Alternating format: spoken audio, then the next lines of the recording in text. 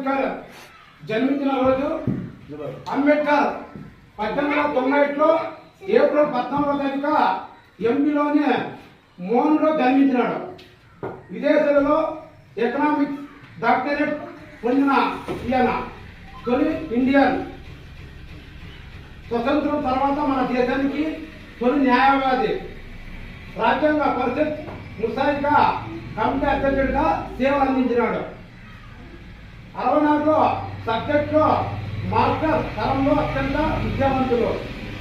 అనగారిన వర్గాలకు విద్య అంతరానితనం వారికి సమాన హక్కుల కోసం ఎన్నో పోరాటాలు చేసినాడు.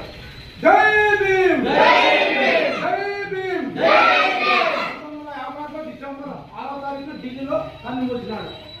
జై